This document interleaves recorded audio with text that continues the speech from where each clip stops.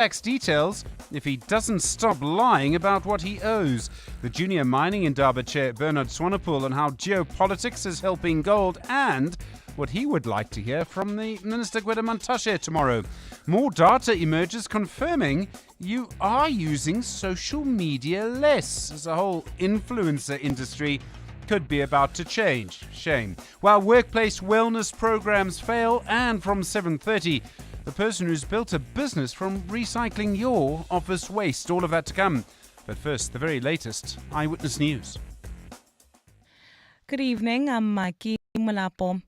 While President Cyril Ramaphosa has granted late France Ambassador Nathi Mthethwa a Category 2 state funeral, the KwaZulu-Natal government has set up a task team to assist with arrangements for the final send-off. Mthethwa died in France last week and his body is expected to arrive on home soil tomorrow. He'll be laid to rest in his home village, Kwambonambi, north of the province on Sunday. Nhlanhla Mabaso has more. The Provincial Executive Council cut its cabinet meeting today and visited the Mthethwa homestead in Kwambonambi, northern KZN. The group of officials conveyed to the family that Mthethwa would be granted an official state funeral. Premier Thamsanqa Ntuli says Mthethwa is deserving of the gesture for his life of service. Except that he was an activist in his political party, the ANC, but he served government for quite a very long time in different portfolios. As we know that in police was there, in sports was there, in various, portfolios. He served our country diligently, with humility. The Premier says a team including national, provincial and local government officials is currently busy with funeral arrangements. Nhlanhla Mabaso, Eyewitness News, Durban.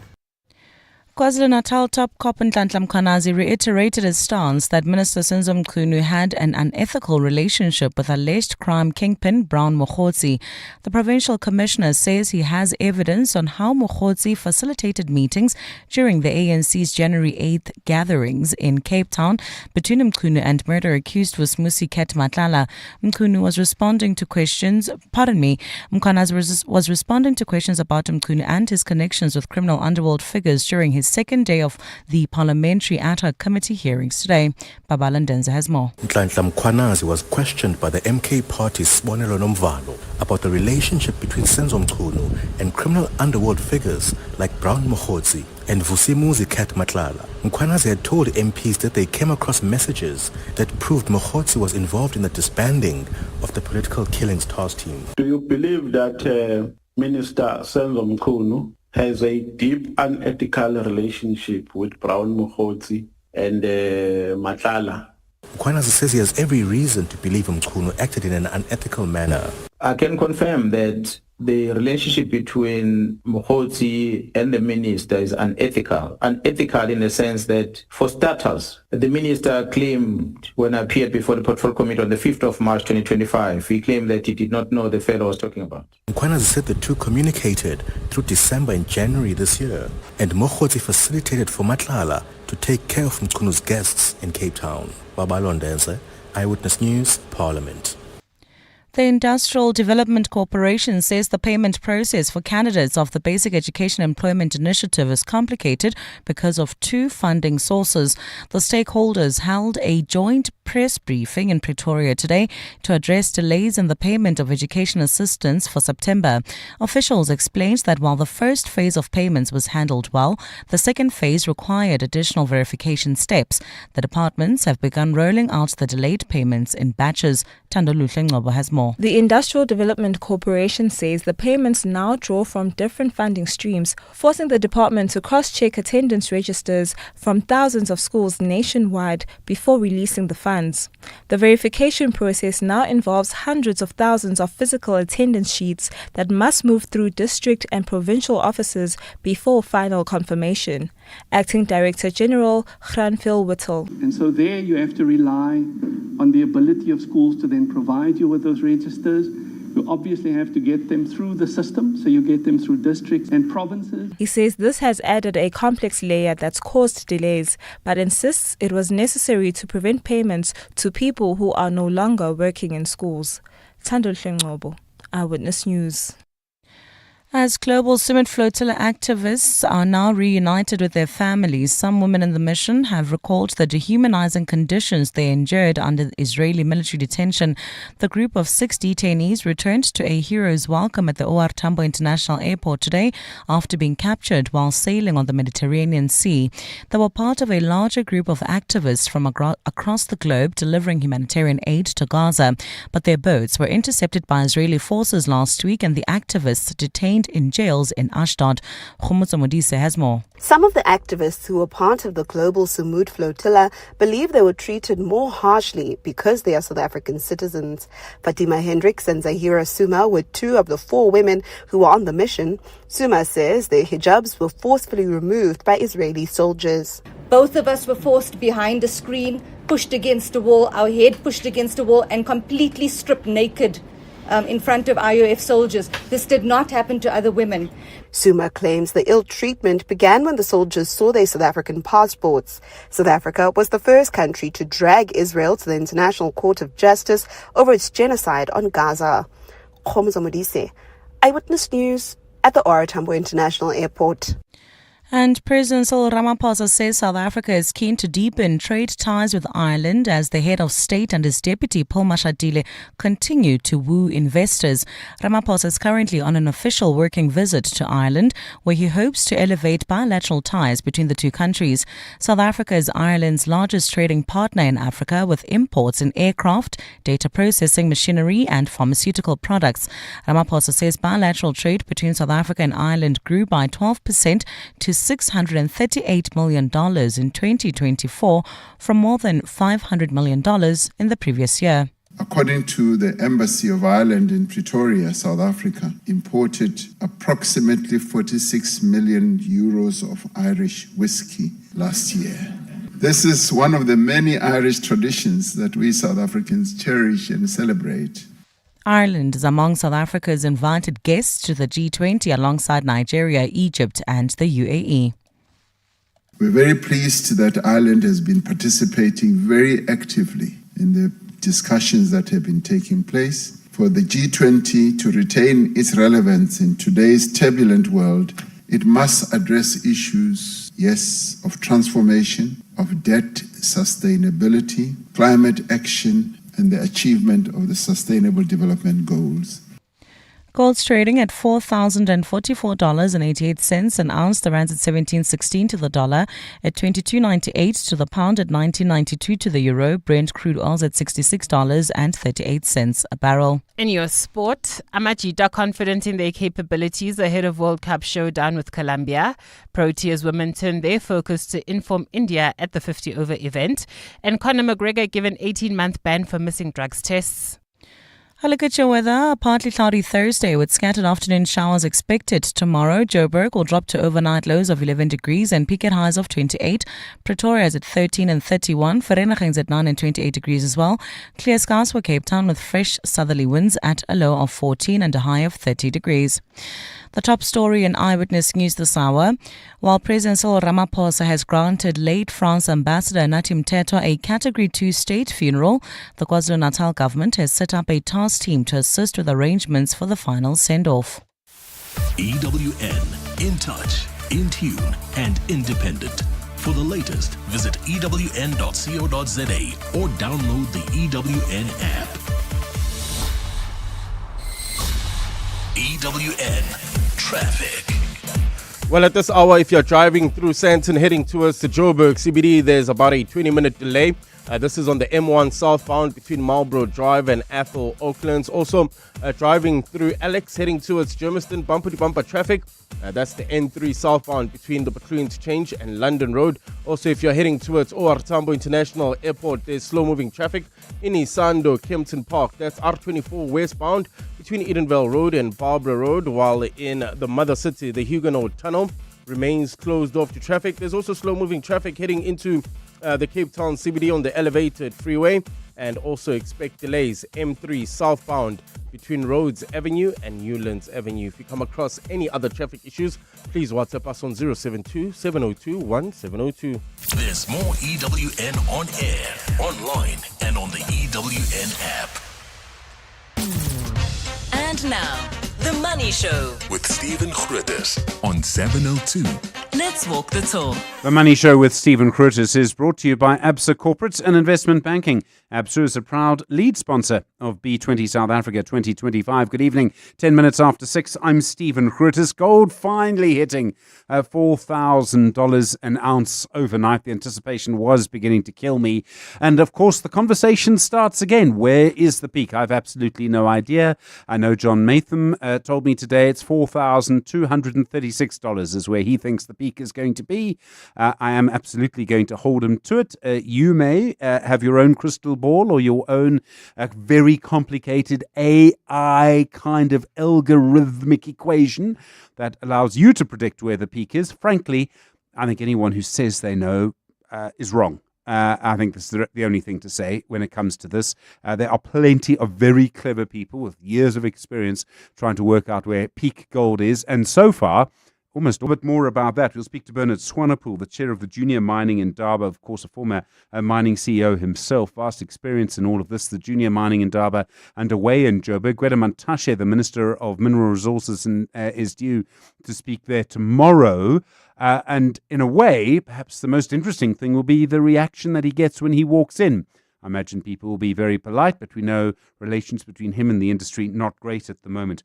An incredible story coming off a SARS statement overnight around Lucky Montana, and we'll speak to Charles de Wet, the tax lawyer, in a moment, because essentially SARS is saying to Lucky Montana, who used to run PRASI, he's now an MK MP, if you don't stop lying about our conduct, we'll tell the nation your tax details. Now, as you know, SARS has previously gone to court to not release someone's tax details, so it's an astonishing story. More on that in a moment. I was talking to you last night about social media, and in fact, you might well have been one of the people who WhatsApped us your experience of social media at the moment. And I started off by saying, in my tiny focus group of friends and colleagues, many people were saying they just weren't spending any time or nearly as much time on social media anymore. Most of you who got in touch said, actually, yeah, you don't spend as much time either, obviously different from person to person. Well, hot on the heels of that, the Financial Times today, publishing data, real accurate data, I presume accurate, saying that, yes, there is a very big shift and people are moving away from social media. Not so much in the United States, by the way, which might explain their politics. And I thought that was very interesting. We'll talk a little bit more about that. And if you're trying to predict where this is going to go, Dion Chang is your person. We'll speak to him at around 20 to 7. And there is a whole set of industries that really hinges on this. And I mean, I think we all know why, if we are spending less time on social media, why. It's the lack of authenticity. Firstly, from the humans who are still on there, and secondly, from AI slop, the AI nonsense. And the corporate stuff, just too much corporate stuff. You go on LinkedIn, and I started thinking, okay, this is quite exciting. And then I sort of realized everyone's just hustling for business. Me too, by the way. Or if they're trying to do something, like that, or it's a kind of corporate announcement, or it's just nonsense, a very crafted video. And I mean, I get it. I engage in it too sometimes, I suppose. But I'm also, in a way, it suddenly becomes not fun. And I remember when Twitter, as it was then, actually was fun. Used to enjoy it. And suddenly things change. So anyway, very interesting. And influencers suddenly might find that actually they don't have what they used to have. On the other hand, social media for a lot of people is the cheapest form of entertainment there is, because all you need is a bit of data, and you often don't even need to pay for that if you're lucky enough to be near a Wi-Fi hotspot. The Institute for Race Relations, and you'll have heard of them over the years, and as we know more recently, their stance seems to have changed a little bit, kind of anti-BEE, campaigning against those kind of measures. They've got a big report out about all of that. We'll hear them out on the subject. We'll have a conversation with them. Looking forward to that conversation in a way before 7 o'clock. Good to hear from you. I know you'll have a view on social media. Also, keen to hear your predictions if you have one. Peak gold, where you think it'll go. 011 883 0702 021 446 0567 and voice notes tonight on 072 702 1702. The Money Show with Stephen Grootes, live on 92.7 and 106 FM. Streaming on the Prime Media Plus app and DSTV channel 856. 6:15. Well, an astonishing statement from SARS overnight. It's now threatening to publish the confidential tax information of the former PRASA CEO, Lucky Montana. They say he's lying about the actions of SARS in this case. News 24 reporting that Montana has said he's accused of owing SARS around 55 million rand. He says SARS has behaved illegally. SARS says it's done nothing wrong. Montana, you may recall, was accused of corruption during the state capture era when he was at PRASA. This was during the locomotives deal. This was during the locomotives that were too tall for our railways. And I came across quite a nice summation of it in Open Secrets on their website. They said reports and court judgments indicate that private interests were protected and enabled within PRASA, namely by the ex-CEO Montana and the board under the chairmanship of Sfiso Buthelezi, who then actually became, I think, a deputy minister. He's been in the news recently for other reasons, not at all related to this, but for something difficult that he is, in fact, going through. But it is fascinating to see that Lucky Montana is now, of course, a member of parliament for Umkhonto weSizwe. Charles de Wet is an executive at ENS in the tax practice. Charles, good evening. Generally, SARS is not allowed to reveal anyone's details. In fact, it's gone to court to keep Jacob Zuma's tax details secret. Are there circumstances under which they can make public someone's tax information? Good evening, Stephen. And I mean, Chapter 6 of the Tax Administration Act deals in a lot of detail with secrecy and what can be disclosed and to whom. But there is this exception that that SARS is relying on in these circumstances, and it says that when it's necessary to protect the integrity and reputation of SARS, they can in fact publish confidential details.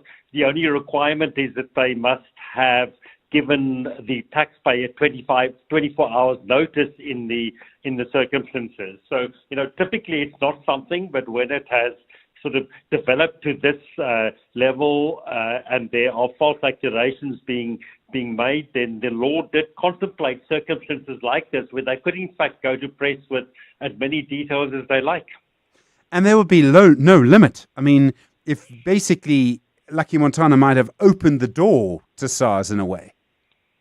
I mean, he certainly has. If you look at the detail, SARS did an audit. It looks like it was, from the period of 2009 to 2019, and there were issues relating to capital gains tax in the circumstances. No, if you take account of the other provisions that apply, SARS would always, once they've issued you with a notice that they will be doing an audit, there's a requirement to, update you on a regular basis in terms of the status of that audit.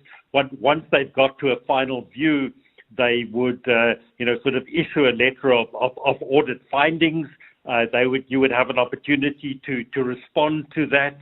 Once you have responded to that, then the final letter would be issued and the assessments raised. So, throughout that process, there's, regular engagement with a taxpayer, and they are given an opportunity to, present their position to SARS.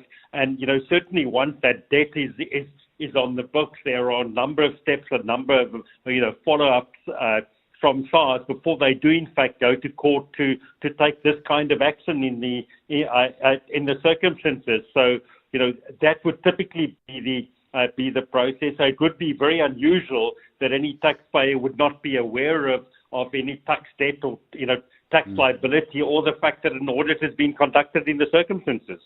I mean, I was trying to remember if this has happened before, and the closest my memory sort of came was, I think, Julius Malema over 10 years ago now. He owed SARS 16 million rand. And in fact, I wondered if I'm right, this law actually came in after that, because I think he might have lied about his taxes at one point. Yeah, so I mean, this is contained in legislation that was introduced in 2011. So it's been in place for a long period of time. So I cannot recall any circumstances where SARS has invoked this particular provision. I mean, as you say, they have gone to court to protect confidential tax information, and even though there have previously been circumstances where things have played out in the public domain. I don't recall any instances where SARS has thought it's necessary to protect the integrity and reputation of SARS. So the process, the allegations that have been made are very serious, and the claim has been made that it's without any foundation, and SARS wants to refute that. Thank you very much indeed. Charles de Wet, an executive at ENS in the tax practice. Well, as Charles says, extraordinary story. I've been using that word a lot lately because I've been talking about gold, but incredible to see what is happening with Lucky Montana. We'll watch that case very closely. He seems quite defiant towards SARS. I don't know if this is going to lead to him changing course or not. 20 minutes after 6. The Money Show on 702. Monday to Friday, 6 to 8 p.m. Well, you can imagine the confluence of events that sees the Joburg, the chair of the Joburg mining Indaba, the sort of junior mining Indaba, starting on the same day that gold hit $4,000 an ounce, and I presume almost automatically that led to conversations around geopolitics. Bernard Swanepoel is the chair of the Joburg Indaba, a former mining executive as well. Bernard, good evening. The timing of your event quite auspicious for gold shares, at least. Yeah, no, Stephen, and I mean, obviously, I wish I was back in gold mining. $4,000 an ounce, 2.2 million rands a kilogram. What's left of the South African gold mining industry is really, really doing well. But of course, mining in South Africa has moved on. We're not about gold mining. We're about platinum and manganese and iron ore and other stuff as well. So it was a good conversation. Platinum, I mean, the platinum price is much higher than people would have predicted, say, 6 months ago. It was almost unexpected. There must be a brighter future for that sector, and therefore for South African mining too. Very true. 35% up the basket price. As you know, platinum or PGMs is actually a group of metals, and depending on the mine, it's a little bit different. But on average, 35% higher prices in dollar terms. We lose a little bit of that through the strength of the rand. But as a major employer of our economy and a driver of our economy, the platinum industry's health is actually much more significant for South Africa. And it's looking good. I mean, we spoke about the future. We spoke about the investment opportunities in platinum. It is one sector where there will still be new shafts being sunk and new mines being built. So it's really a positive story around PGMs or platinum.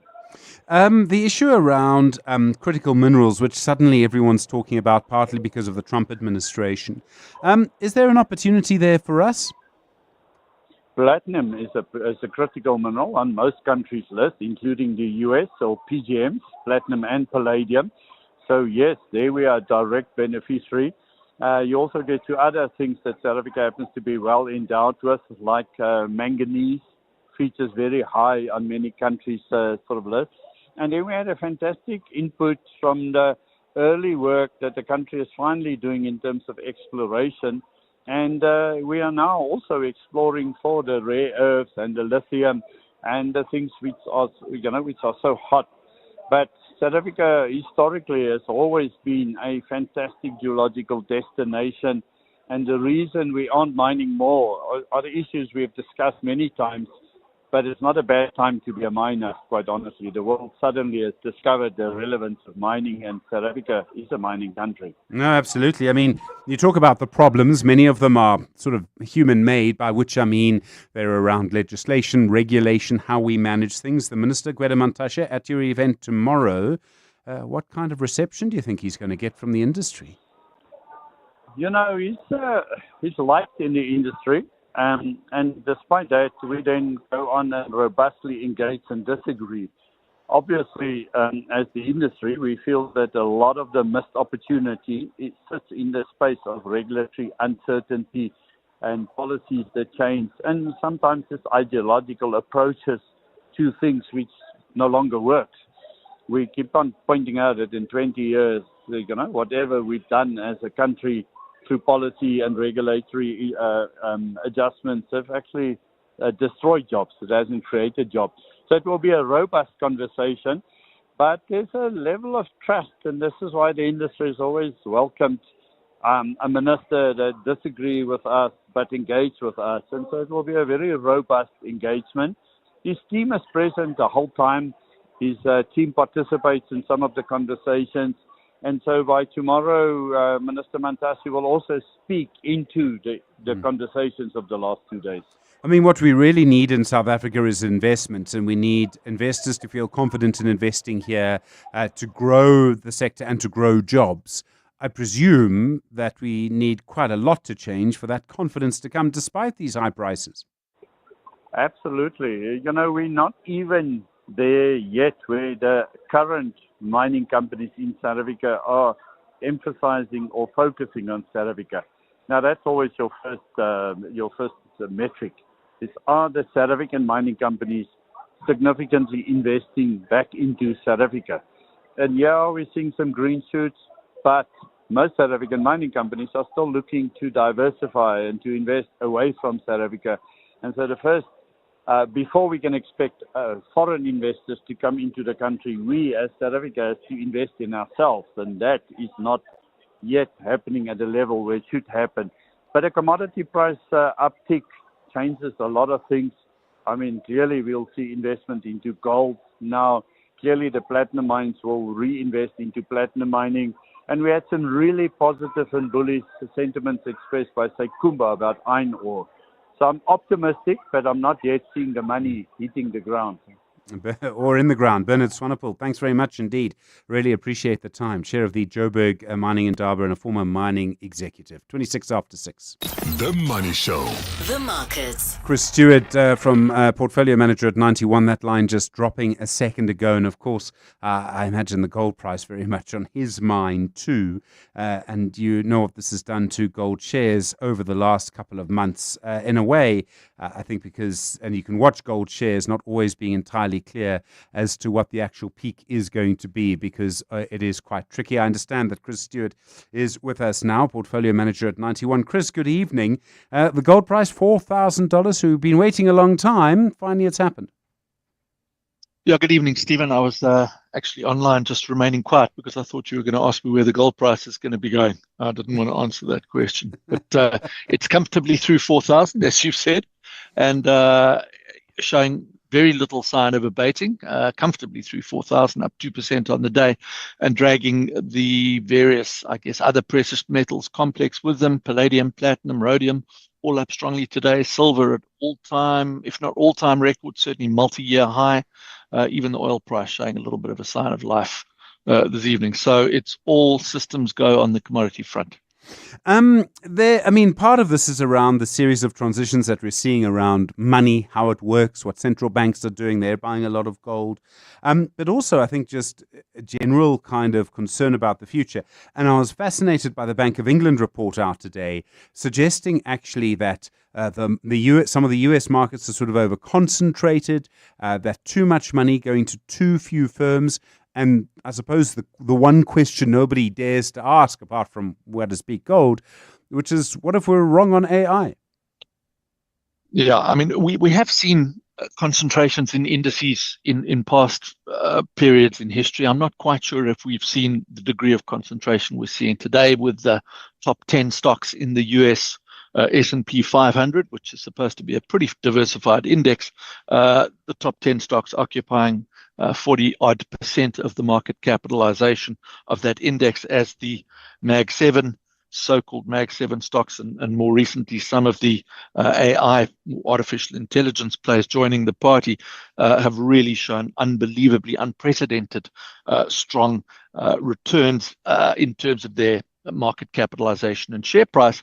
And, you know, the concerns are starting to arise that we're seeing a lot of circular transactions between these companies, NVIDIA, OpenAI, AMD, OpenAI, Oracle. We've seen big transactions taking place over the last few weeks at very, very heady multiples involving huge amounts from a dollar perspective. But, are these a little incestuous, these relationships? NVIDIA will invest in OpenAI, so OpenAI can roll out a whole lot of data centers, and those data centers will use chips that, guess what, come from NVIDIA. And the big question, I guess, that everybody's asking is, all of this money is being plowed into artificial intelligence, yet if you ask most companies out there, what is the I guess, monetary benefit that they are currently deriving from the implementation of artificial intelligence across their businesses, it's relatively low. And I guess if you ask the players within the artificial intelligence space, what is the line of sight to the monetization and indeed profit delivery from these massive investments that are being made? And again, there is limited line of sight to that. So, you've got very elevated valuations on high expectations, but no guarantee necessarily that those expectations are going to deliver. And I think what's also critical is it's not just the AI stocks that are being dragged along by the so-called AI bubble. It's other equities, it's commodities, the copper price, it's real estate in terms of rolling out, large data centers, it's energy prices and some of the stocks. If you look at some of the sort of smaller nuclear plays in the US, the sort of valuation multiples we're seeing there, because these stocks are going to be feeding this beast that requires vast amounts of energy, being the new AI paradigm. So it's looking quite lofty and heightened levels of risk. Yeah. Chris Stewart, thank you very much indeed. Portfolio manager at 91. Really appreciate it. Bringing the time to 6:30. Aki Malapo, good evening. Feroz Kachalia, a big promise today. That's right, Stephen. Acting Police Minister Feroz Kachalia has pledged to share monthly reports with Parliament to monitor the success of a plan to deal with gangsterism in Cape Town. Presenting a strategic plan before the Select Committee on Security and Justice today, Kachalia acknowledged it still had some gaps and grey areas that require consideration. But he says provincial government also needs to step up to address the societal issues that are fueling gangsterism. Lindsay Dentlinger has more. Following last month's visit to Cape Town to get to grips with the extent of the gang problem in the city, Acting Police Minister Feroz Kachalia told the Select Committee the anti-gangs plan has received substantial funding from the Criminal Assets Recovery account. Kachalia says he will expect police leadership to report back monthly on its implementation. I'm prepared to share that report with the committee, and you can call the Provincial Commissioner, because if we don't have that monitoring, we won't know whether we are succeeding. But he says there are still some matters that will need to be addressed by the strategy, such as the flood of police guns into communities and the monitoring of parolees. What we should do with the concentration of the arrests in the prisons, because then they are easily for them to communicate with assassination instructions. All of that, they come from the prisons. Kachalia says he's in favour of the permanent electronic monitoring of violent criminals who are released on parole. Lindsay Dentlinger, Eyewitness News, Parliament. At the same time, a 4-year-old boy is injured after being shot in a suspected gang-related incident in Hanover Park today.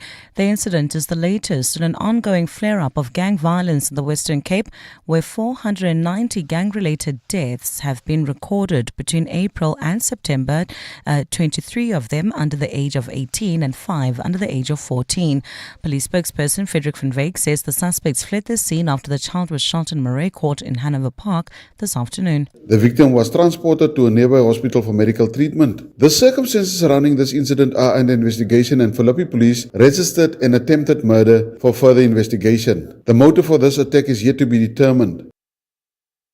Basic Education Minister Siviwe Kwagube says admin delays during the verification of attendance registers resulted in the recent payment delays affecting education assistants and general school assistants. Kwagube explained that the verification process is a mandatory measure to ensure that government funds are paid to individuals who are actively reporting for duty. She says these safeguards are crucial to avoid corruption and ensure accountability. Kwagube says an internal investigation revealed that some registers were not uploaded in full by the set deadline. This verification is a mandatory step to ensure that government funds are not paid to those workers or even people who are no longer showing up for work to provide the services that they are paid for. We all know too well that well-meaning projects are often infiltrated and compromised by corrupt elements which we wish to please restrict. And in the Eastern Cape, some businesses in the Nelson Mandela Bay Metro are hoping South Africa's G20 presidency paves the way for them to access global markets for their products. Local businesses are shopping around for investors gathered in Gqeberha for day 2 of the Trade and Investment Working Group meeting today. The meeting, which includes delegates from more than 30 countries, is a precursor to Friday's ministerial meeting. Owners of small and medium enterprises are among those calling for a seat at the table. Local entrepreneur and fashion fashion designer from Ndimbi Clothing, Sinoxolo Manengela, says he's hopeful the forum will help grow his brand. We are here to mix and mingle with everyone from across the globe. We're here to have conversation, see how we can collaborate with other countries, look at potential buyers, private investors, potential investors, so that we can take Ndimbi from local to the world. General Manager of Coty Chocolate Manufacturers, Dave Coleman, says the company has made some headway in competitive international markets. We've got a factory down in Kensington, Port Elizabeth. We specialize in zero-added sugar chocolates. Just sent some exports to Berlin that arrived this morning, actually, our first export. A look at your weather. A partly cloudy Thursday with scattered afternoon showers expected tomorrow. Temperatures will drop to overnight lows between 9 and 11 degrees and peak at highs between 28 and 31 degrees. In the mother city, it's said to be clear skies there with fresh southerly winds at a low of 14 and a high of 30 degrees. The top story in Eyewitness News. Acting Police Minister Feroz Kochalia has pledged to share monthly reports with Parliament to monitor the success of a plan to deal with gangsterism in Cape Town. EWN Traffic. Well, if you're leaving Sandton heading towards the Joburg CBD, traffic remains a bit sluggish. M1 southbound between Grayston and Killarney Bend. Also, if you are in the Calvin area heading towards Alex, expect heavy delays. N3 southbound, that's between the Baclue Interchange and London Road. Also traveling towards OR Tambo International Airport, there's still slow-moving traffic. That's in the Isando area, R24 eastbound approaching Barbara Road. In the mother city, the Huguenot Tunnel remains closed off to traffic. There's also slow-moving traffic on Nelson Mandela Boulevard outbound. This is approaching Browning Road. And heading into the CBD, there's slow-moving traffic on the elevated freeway. If you come across any other traffic issues, please WhatsApp us on 072-702-1702.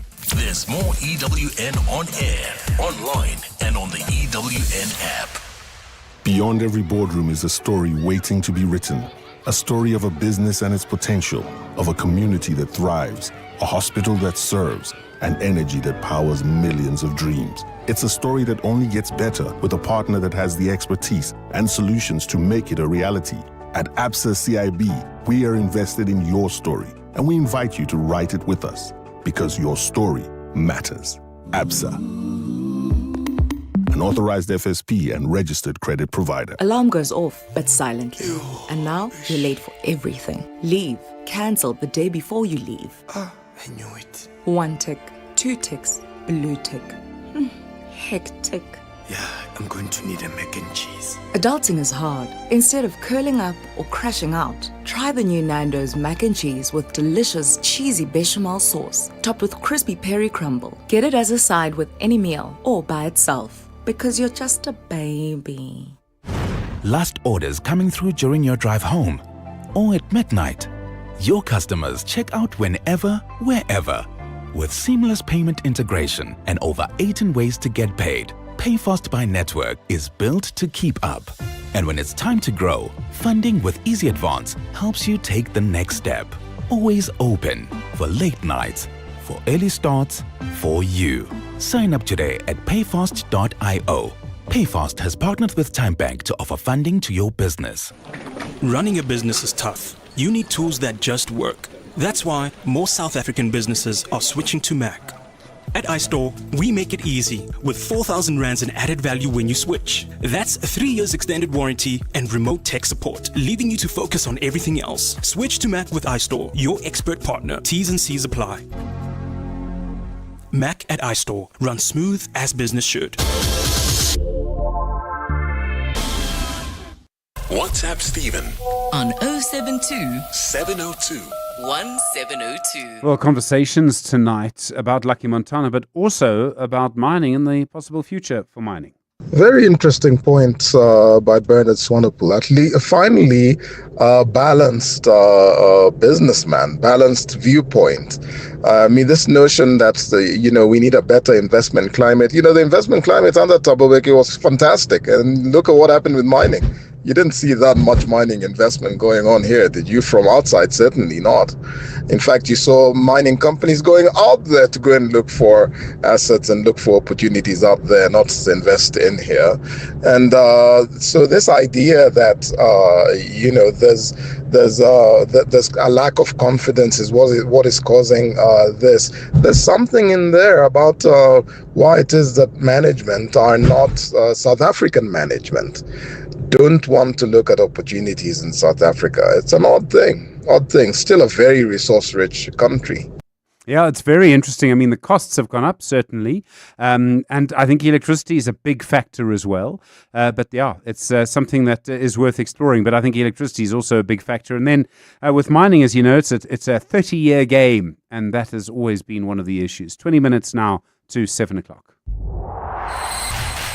EWN Sport.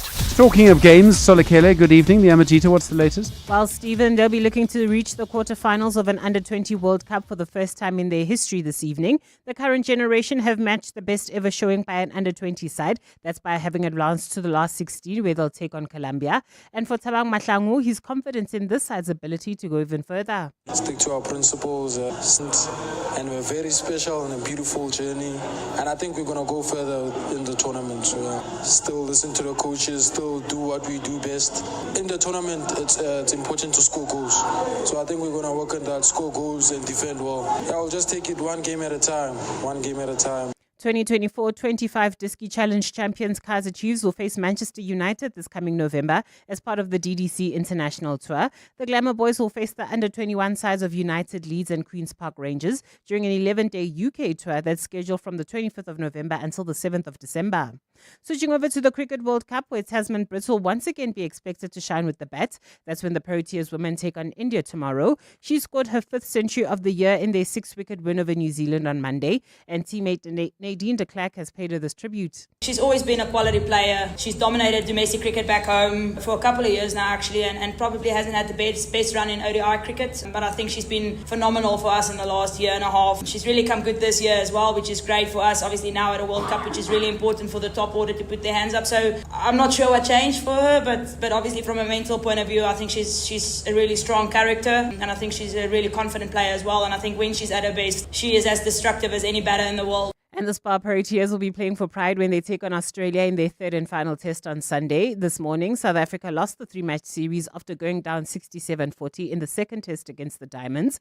Captain Khanyisa Qawane believes that the defeats have been a hard reality check for the team. It's great lessons that we needed today to really show us that each and every game you need to step up. They're stepping up in each and every game, and we cannot be in a position where we are far relaxed. Great lessons today, and it is disappointing how we came out today. We're not happy with what we have done, but we're not going to let that bring us down. We are definitely going to go back and actually check ourselves and really go back to that drawing board and come back even stronger.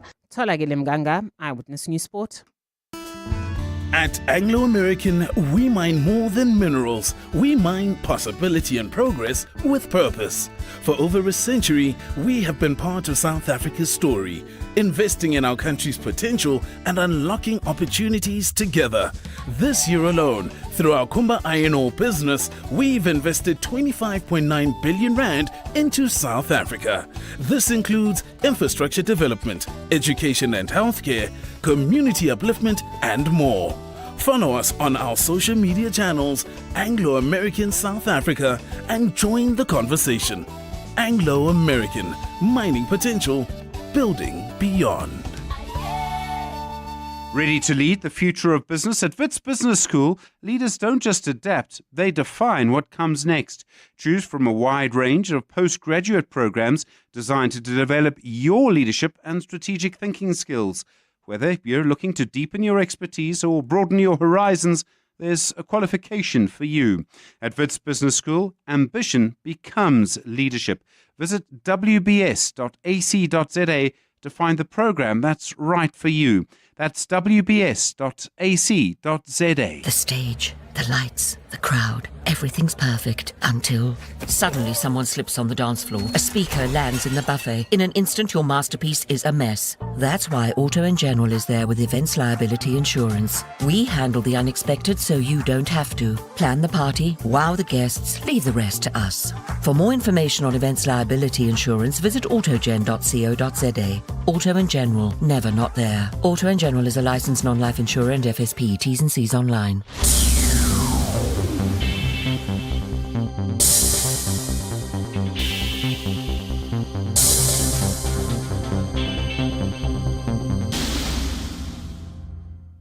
702. Stephen is on X. At Stephen Grootes. Just gone 7:15. Well, yesterday I asked you how you were using social media. I pointed out in my very limited focus group of friends and colleagues, many people were telling me they were using social media a lot less, and we heard from you on the subject. I had no way of knowing then that the Financial Times was about to publish research that shows we seem to be in step with other countries, and that, in fact, use of social media is down in most places. Not everywhere, but in most places. Dion Chang is the CEO and co-founder of Flux Trends. Dion, good evening. When I go onto social media now, I see corporate communication, if I can call it that. I see AI slop, or I just see people arguing and they're never going to change their minds. Is that turning people off social media? Good evening, Stephen, and good evening to the listeners. Yes, I do think so. And I looked at that article as well, and it's really interesting that they tracked that the peak social media came in 2022. So, you join the dots, it makes sense. So, we were in lockdown, COVID, the pandemic, so everybody was on their phones. And I think since then, not only are we kind of have less cabin fever, but I also think the disinformation and the bots have also really started to run rampant. So a combination of you kind of look at things, especially even visual social media like Instagram, you think, well, is that real or is it not real? So you're starting to doubt a lot of things. And then if you are on a platform like X, which I just avoid like the plague, the toxic vitriol, and then you don't really know if you're arguing with a bot as well. So the whole bot automated thing with the AI, as well as the kind of the sway of disinformation. And if you look at some of the, ironically, videos from Instagram, there's the people show you how your agentic AI bots can run 50 social media accounts simultaneously, and that's just one sort of bot farm in China. So everything's become very, very, inauthentic, but also very, very toxic. It's interesting. I mean, what did it take this is a joke, but what did it take to kill social media? Well, AI, which is astonishing, but in a way, isn't it because people who want to make money from social media have actually just killed the goose that was laying the golden egg?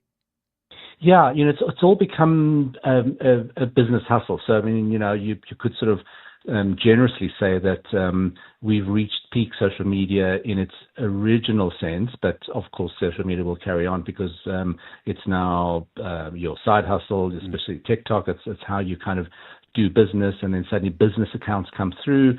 And then, so do you believe in influencer because they've been paid to do that? And then everybody, then when you dive into influencer culture, that everybody's become an influencer. So you also reach a saturation point in terms of that as well. So I think that's, I think it's quite plausible that a lot of people are starting to just turn away from it. And then, the announcement that Meta and OpenAI are going to, generate AI videos, which just is going to turn people off completely. Everyone's been talking about the supply side with AI, and no one's been talking about the consumption side. And I'm reminded, I couldn't for the life of me tell you the name of the music academic who made the point that more music than ever is being produced, but the number of ears there are to listen to it has not changed. And the same thing's happening here. Yeah, I think I think you're starting to see all of the content creators, because everybody's a content creator now. Is kind of shouting into the void, because everybody's trying to shout into the void. There's stuff, and who really is listening, and I think that's your point, and I think that's true. There's a whole industry around influencers, people, and then also people who manage, for example, LinkedIn profiles. I mean, will that just disappear, be less profitable, be outsourced? Yeah, I think that's why it's quite a bellwether that Meta and OpenAI have announced that their new social platforms are going to be sort of AI generated short form videos, which kind of signals that people are starting to stab around and find different ways of the eyeball time, which is the Silicon Valley business model, is like keep you on the phone as long as possible to be able to generate ads, and that's been the business model all the time. So it's gone from what it was meant to be, is connecting with friends, and your original Facebook is just a social network, to how do we keep people as long as possible onto that, and with a lot of things in life, once that the authenticity goes, then it's just a commercial gain, and then that leaves a bad taste in your mouth as well. Is there a lesson here, Dion, about authenticity and what it is to be a person? So we want to be social with human beings. I want to have a conversation with you or with whoever, but I want you to be a person. When people are being just corporate drones, I'm not that interested. If it's an AI bot pretending to be a person, I'm really not interested. And does this maybe point in the sort of dangerous future we're moving into to another point, which is that whatever a company does, authenticity and a person need to kind of be at the heart of it? Yes, so I would say definitely, absolutely, because we started to see, the word authenticity has been bandied around for a long time. On the other hand, on the flip side, so if I can play devil's advocate as well, is you're seeing a huge uptick. So it's not exactly social media platforms. So it's a little bit a shift into a parallel universe of befriending your virtual avatar or your virtual girlfriend or boyfriend. So people are forming very, very deep connections with chatbots, essentially, because chatbots are programmed, and it's AI, they are programmed to tell you what you want. So people get romantically involved, and we're seeing more and more reports of people really going off the rails. So if you have some slight kind of mental sway to one or the other, conspiracy theory or something like that, your AI bot is trained to validate all of that, and that's why you're starting to see these escalation of cases of people that are really starting to do really strange, bizarre things because the bot told them to do that, or they've been further pushed into the echo chamber and they've gone extreme, whichever way they wanted. We're starting to go anyway. It's no accident that the one country that is not seeing a decline in the use of social media is the United States, and look at how divided they are. Yes, absolutely. Because I also saw, again, ironically, as you said, something on social media that sort of pinpointed the small percentage of people. I think they were talking more about X, which makes a lot of sense.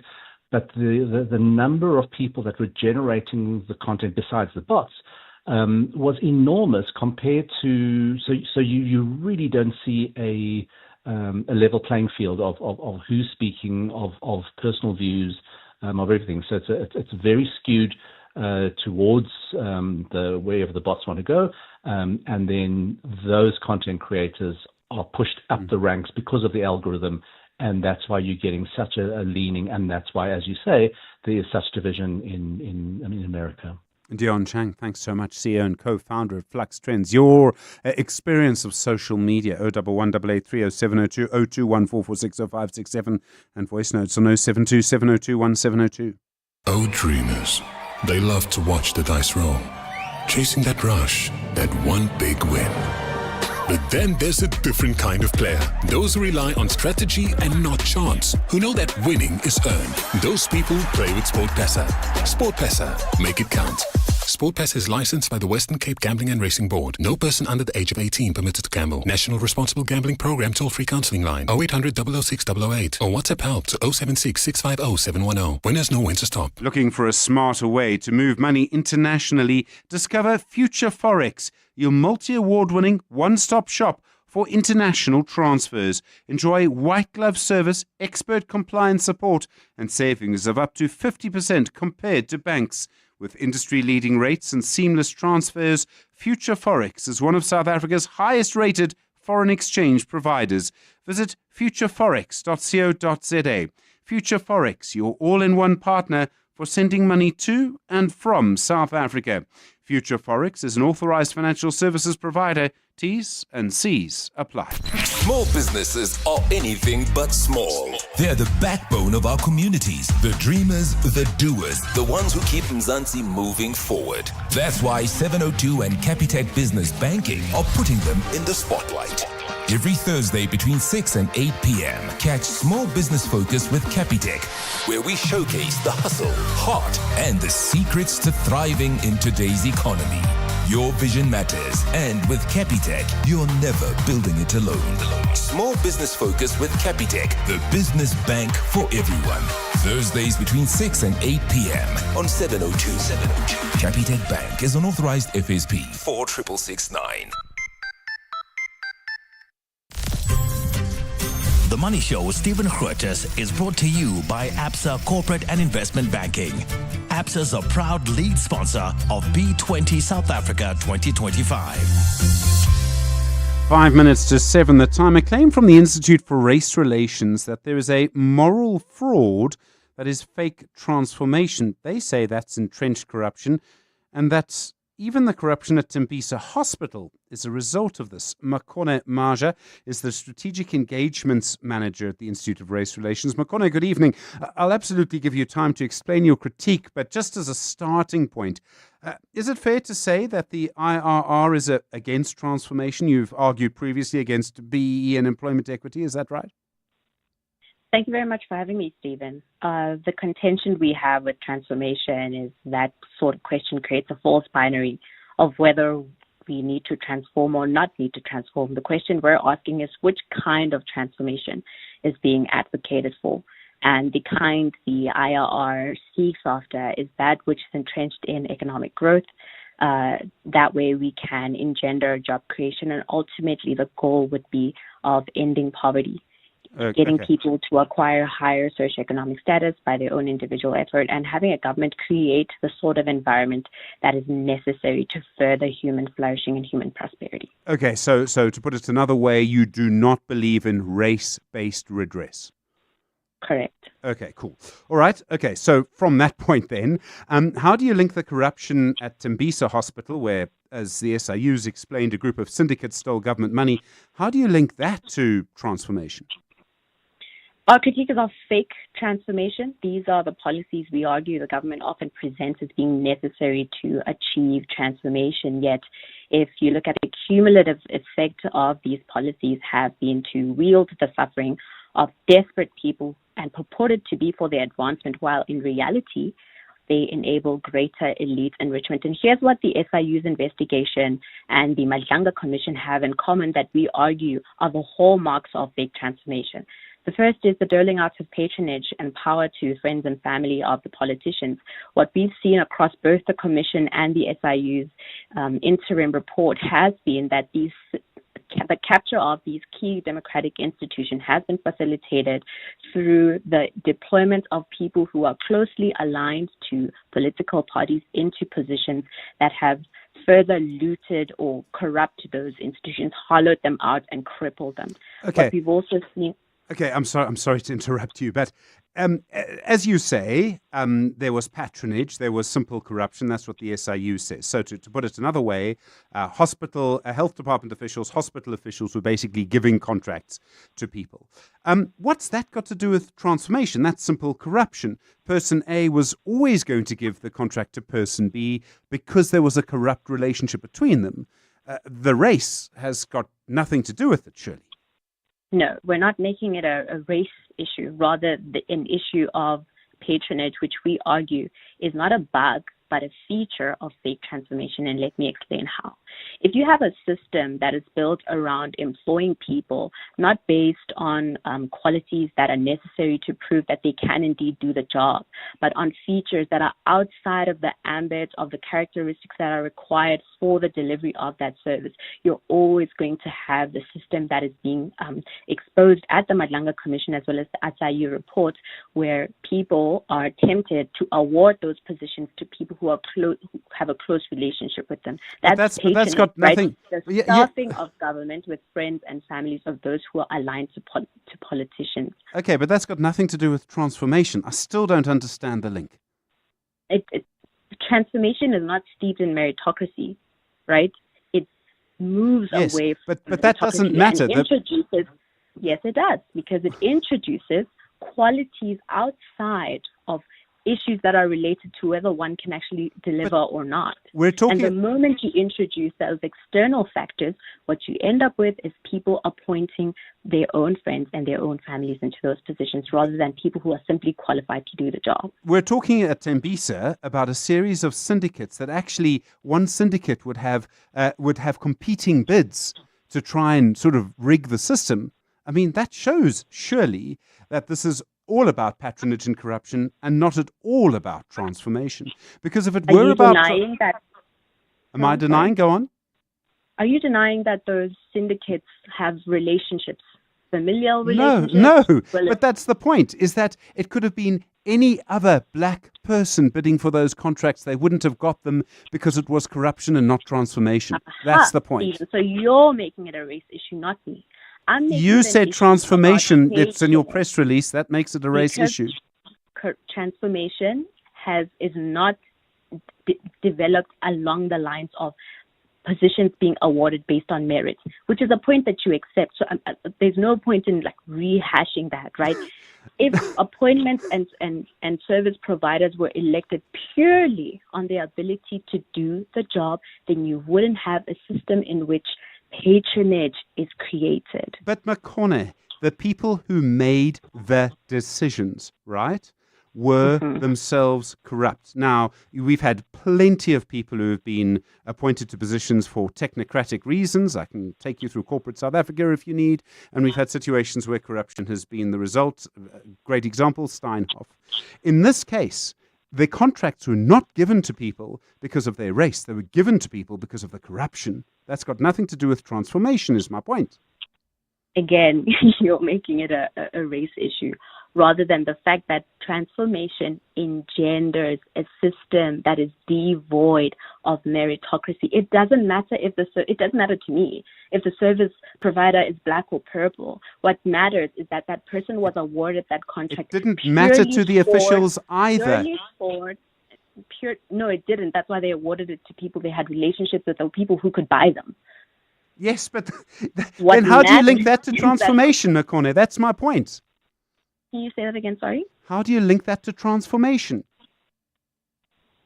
Transformation is a system of laws and institutions that are built around staffing the government with people who are identified on a list of characteristics outside or beyond the scope of the work that is required of them, right? Such as one's gender, one's race. Okay. We'll have to leave Those characteristics have nothing to do with whether or not they can perform the task at hand, and that invites patronage.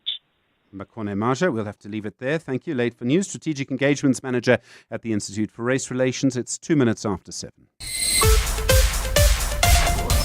This is EWN. Good evening, I'm Maki Molapo. While President Cyril Ramaphosa has granted late France Ambassador Nathi Mthethwa a Category 2 official special funeral, the KwaZulu-Natal government has set up a task team to assist with arrangements for the final send-off. Mthethwa died in France last week and his body is expected to arrive on home soil tomorrow. He'll be laid to rest in his home village, Kwambonambi, in north of Durban, on Sunday. Dlantla Mabasa has more. The Provincial Executive Council cut its cabinet meeting today and visited the Mthethwa homestead in Kwambonambi, northern KZN. The group of officials conveyed to the family that Mthethwa would be granted an official state funeral. Premier Thamsanqa Ntuli says Mthethwa is deserving of the gesture for his life of service. Except that he was an activist in his political party, the ANC, but he served government for quite a very long time in different portfolios. As we know that in police was there, in sports was there, in various, portfolios. He served our country diligently, with humility. The Premier says a team including national, provincial and local government officials is currently busy with funeral arrangements. Nhlanhla Mabaso, Eyewitness News, Durban. Acting Police Minister Feroz Kachalia says testimony by KwaZulu-Natal Police Commissioner Nhlanhla Mkhwanazi to the Madlanga Commission of Inquiry about corruption within police crime intelligence is not fiction. Kachalia says there's doubt that over time crime intelligence has been eroded. Appearing before Parliament's Select Committee on Security and Justice today, Kachalia said the Commission presents the opportunity for police leadership to rebuild the unit. Lindsay Dentlinger has more. While KZN Police Commissioner Nhlanhla Mkhwanazi was repeating testimony about corruption within crime intelligence before an ad hoc committee of Parliament today, across the precinct, Acting Police Minister Feroz Kachalia was committing to the National Council of Provinces to deal decisively with gangsterism in the Western Cape. He says Mkhwanazi's testimony about corruption and alleged political interference within the SAPS has revealed a moment of crisis. Many people might say, well, every time there's a new broom, the new broom wants to sweep everything. I think that we are in a moment where a reset is required on many questions in the country. Kachalia says the Madlanga Commission presents an opportunity to learn the truth about the state of the police. We should not behave like ostriches burying our heads in the sand. Let's stare the truth in the face. Let's recognize that in this crisis there's an opportunity to rebuild, to reset. He says government procurement is being compromised by organised crime and posing a danger to national security. Lindsay Dentlinger, Eyewitness News, Parliament. Patriotic Alliance mayoral candidate for Johannesburg, Kenny Kunene, says he is not threatened by the DA's Helen Zille, who is a contender for the top job. Both politicians will be the faces of their respective party campaigns ahead of the upcoming local government elections. Kunene was recently confirmed as the PA's candidate after being cleared of suspicious links to alleged underworld figure Katiso KT Molefe. Kunene was found at Molefe's home when police pounced on the house to arrest him for allegedly orchestrating the murder of DJ Sambodi. Kunene spoke to journalists today on the sidelines of a service delivery program in Soweto. Alpha Ramushana was there. In recent years, the DA and the Patriotic Alliance have increasingly become rivals, often competing for the same voter base in several parts of the country. In recent by-elections in Johannesburg, the PA has been gaining ground in areas traditionally dominated by the DA, while some DA wards in the Western Cape are also showing signs of vulnerability. PA mayoral candidate for Johannesburg, Kenny Kunene, believes that the DA's decision to field Helen Zille as its mayoral candidate will not significantly impact the outcome of next year's elections. They are bringing a reject of Cape Town. Helen Zille could not perform in Cape Town. She does not even have a house yet. So how is she going to deal with the issues of Johannesburg when she does not know them? In 2008, Zille was recognized as World Mayor of the Year by international think tank City Mayors Foundation. However, in spite of this accolade, Kunene is adamant that she underperformed as Cape Town mayor. Alpha Ramshwana, Eyewitness News, Soweto. The husband of the SA Navy commander who died after being swept off a submarine in stormy sea conditions off the coast of Komiki says the vessel was not authorized to leave Simonstown Harbour. Lieutenant Commander Gillian Hector, Master Warrant Officer William Matipa and Warrant Officer Mokwapa Mojela died during the incident in September 2023. Hector's widower, Commander Romero Hector, says he has enough evidence to show the South African Navy was guilty of negligence. Carla Peterson has more. Commander Romero Hector says the SAS Mantatisi submarine had undergone an extended maintenance period before the incident which led to his wife, Lieutenant Commander Gillian Hector's death. Hector recently obtained a report which suggests the SA Navy and captain on duty were guilty of possible negligence. The submarine was never cleared or authorized to do a vertical lift exercise in the first place. Hector says the vessel was only cleared to do post-maintenance trials within Simonstown Harbour. So the mere fact that that he has conducted this operation without having authority to conduct the operation. We want to know, where did you get it? Hector says he will be lodging a civil suit against the SA Navy within the next 2 weeks. Carlo Peterson, Eyewitness News. The South African National Taxi Council has committed to working harmoniously with e-hailing drivers after signing a regulation recognizing the app-based service provider as a mode of public transport. The Transport Department made these changes through the National Land Transport Amendment Act in September. The South African Meter Taxi and E-Hailing Association, representing Bolt, Taxi Ride and Shuma Ride, were part of the meeting that made the landmark regulation change. All parties have reiterated their commitment to driver and passenger safety with the aim of introducing panic buttons and other safety measures. In August, 2 e-hailing drivers were shot at and their cars torched with suspicion that the taxi industry was behind the attack. Santaco denied these claims. However, it admitted that there is an urgent need to form a positive working relationship with the e-hailing sector. Santaco spokesperson Rebecca Pala. The meeting also opened the door for future initiatives, including the exploration of enterprise development opportunities for e-hailing operators and drivers, as well as the promotion of inclusion of e-hailing into the broader formalization goals as set out by the 2020 National Taxi Lekgotla. Gold's trading at $4,057.20 an ounce. The rand's at 17.14 to the dollar, at 22.95 to the pound, at 19.90 to the euro. Brent crude oil's at $66.19 a barrel. Driving through Pimville, Soweto, there's bumper traffic on Chris Hani Road. This is between the UJ campus and Klipspruit Valley Road, while in the mother city we still have slow-moving traffic on Nelson Mandela Boulevard. That's outbound heading towards Browning Road and also heading into the Cape Town CBD. We still have slow-moving traffic on the elevated freeway. A look at your weather. Partly cloudy skies in store for Gauteng tomorrow, with scattered afternoon showers expected as well. Joburg will drop to overnight lows of 11 degrees and peak at highs of 28. Pretoria is at 13 and 31. Vereeniging is at 9, also reaching highs of 28 degrees. Clear skies for Cape Town with fresh southerly winds at a low of 14 and a high of 30 degrees. The top story in Eyewitness News this hour. While President Cyril Ramaphosa has granted late France Ambassador Nathi Mthethwa a Category 2 official special funeral, the KwaZulu-Natal government has set up a task team to assist with arrangements for the final send-off. EWN, in touch, in tune and independent. For the latest, visit ewn.co.za or download the EWN app. And now, The Money Show with Stephen Grootes on 702. Let's walk the talk.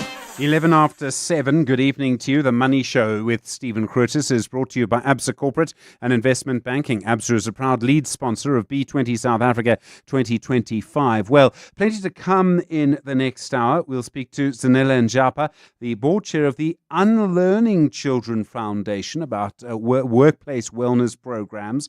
Also, our consumer ninja, Wendy Nola. What happens if you sign a contract and you haven't read it?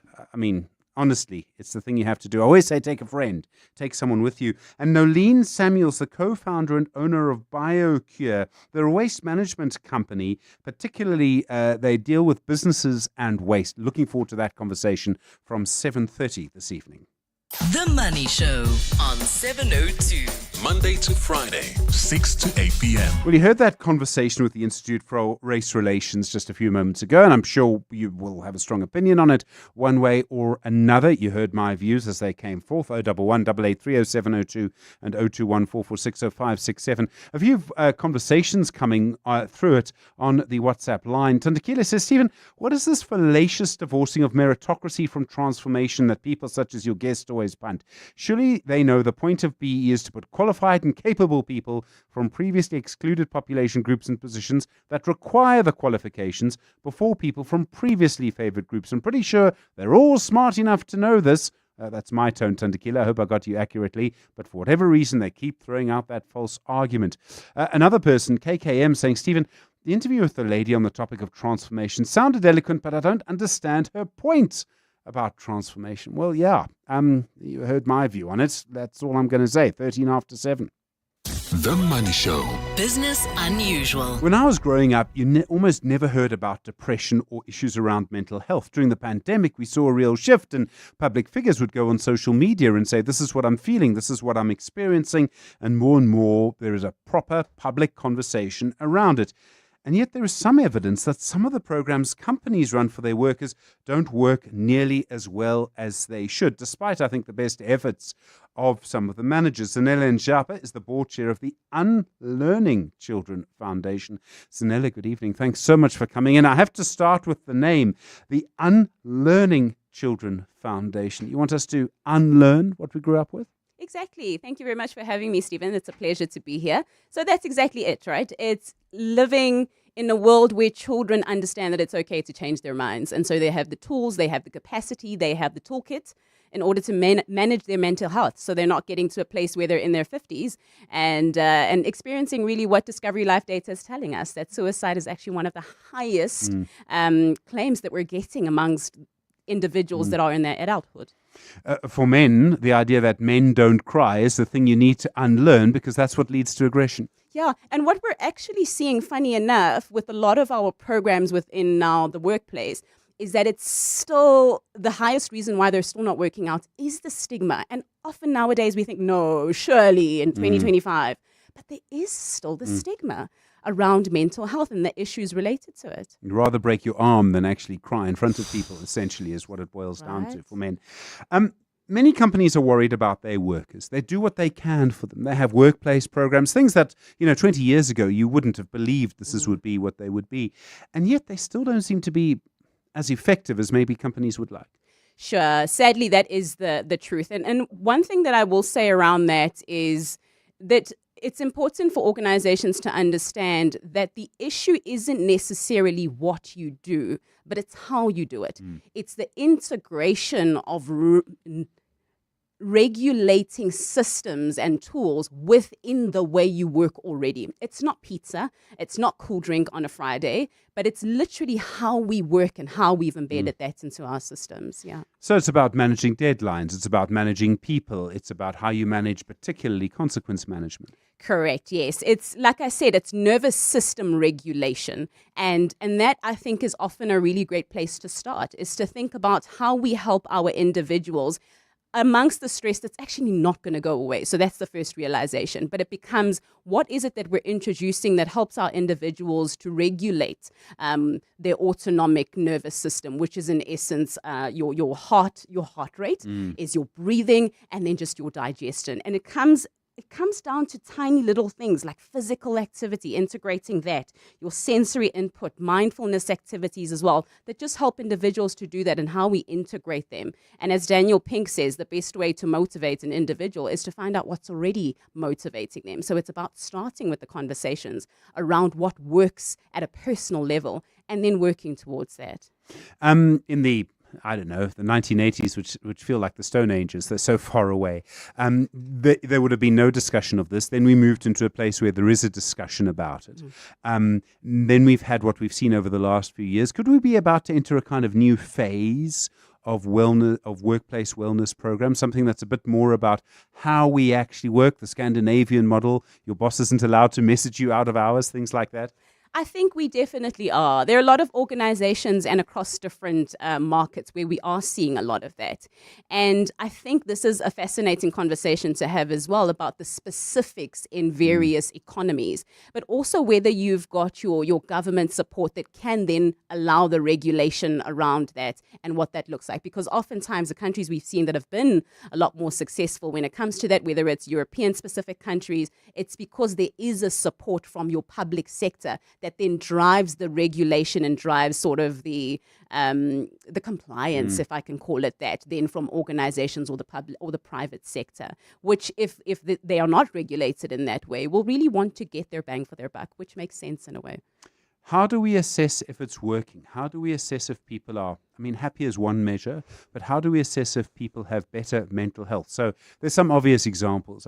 Fewer suicides, fewer attempted suicides, those sorts of things. Are there other indices we can look at? Sure, there are definitely a few other things that organizations can look at. And I think that a key part of them is it's almost in two parts. So one is thinking about what activities you have and also what metrics you have under the reactive, but also the responsive. So the reactive and the proactive, excuse me. So when it comes to how proactive your team is, what are the metrics that are included in there? And then also what does that look like for you and how can you then measure how proactive they are so that when they do then come into stress-related environments or situations, they can manage that. And then the other side of it is when they are in those experiences, now it is actually happening and you do have those rates coming up and everyone responding in the way that they are, not handling their mental health in those types of ways. Then how do you then deal with metrics like your attrition, etc., going forward? Zanele, thanks so much for coming in. Zanele Njapa, the board chair of the Unlearning Children Foundation, on Business Unusual on The Money Show. Beyond every boardroom is a story waiting to be written. A story of a business and its potential, of a community that thrives, a hospital that serves, and energy that powers millions of dreams. It's a story that only gets better with a partner that has the expertise and solutions to make it a reality. At ABSA CIB, we are invested in your story, and we invite you to write it with us, because your story matters. ABSA, an authorized FSP and registered credit provider. Introducing the new Grande Cheeseburger from Nando's. Freshly toasted signature bun, juicy flame-grilled chicken breast fillet basted in your choice of peri-peri. Nando's mayo, crisp lettuce, tomato, red onion, the red one, not the normal one, gherkins, creamy cheddar cheese, and finished with that legendary peri-naise. A burger so big, it literally took us almost 30 seconds to describe it, which is why you'll need both hands for it. 1 degree defines you as a master of business, the MBA. The life-changing Gibbs MBA empowers you to lead an organization or start your own business within the dynamic African context. Choose from 90 electives and 8 focus areas: general management, entrepreneurship, consulting, manufacturing, digital, humane leadership, healthcare, and climate leadership. For our next information session, go to gibbs.co.za/MBA. Gibbs is a Triple Crown internationally accredited business school in Ilovo, Sandton. For those 2 a.m. checkouts, or the late night shifts, for the last minute orders, and the beginning of the month rush, for the 9 to 5 that becomes a 5 to 9. You don't clock out, and neither should your payments. Pay Fast by Network, always open for the dreamers, the doers, for you. From e-commerce to in-store payments and business funding, we have you covered. Sign up today at payfast.io. The Money Show. Consumer Ninja. How often have you heard our consumer ninja, Wendy Nola, talking about the small print? Well, the small print is what she's focusing on today. Wendy, good evening. All the time, I think we all do it. You want something, whether it's a cell phone or a car, or we've got the child hanging on the shoulder or whatever it is, and you just sign the thing.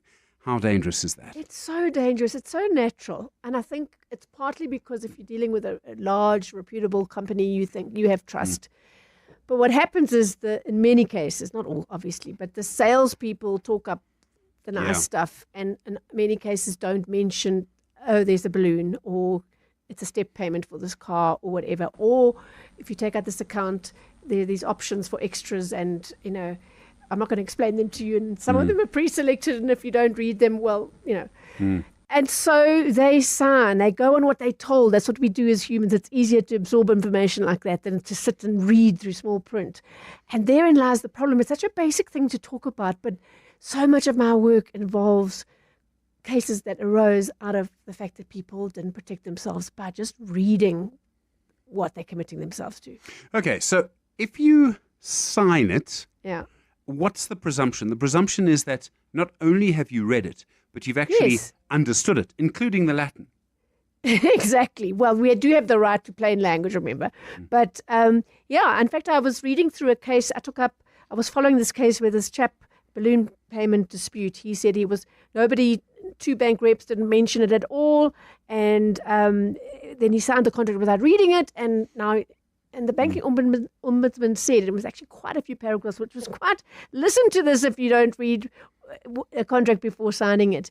The banking ombudsman said, a complainant will not succeed in arguing that they did not read what they signed or that the contents did not reflect their intention. Our courts have handed down judgments over the years indicating that a party that signs a document without reading it assumes the risks, and if the said party does not like what is contained in the document, they cannot blame anybody else.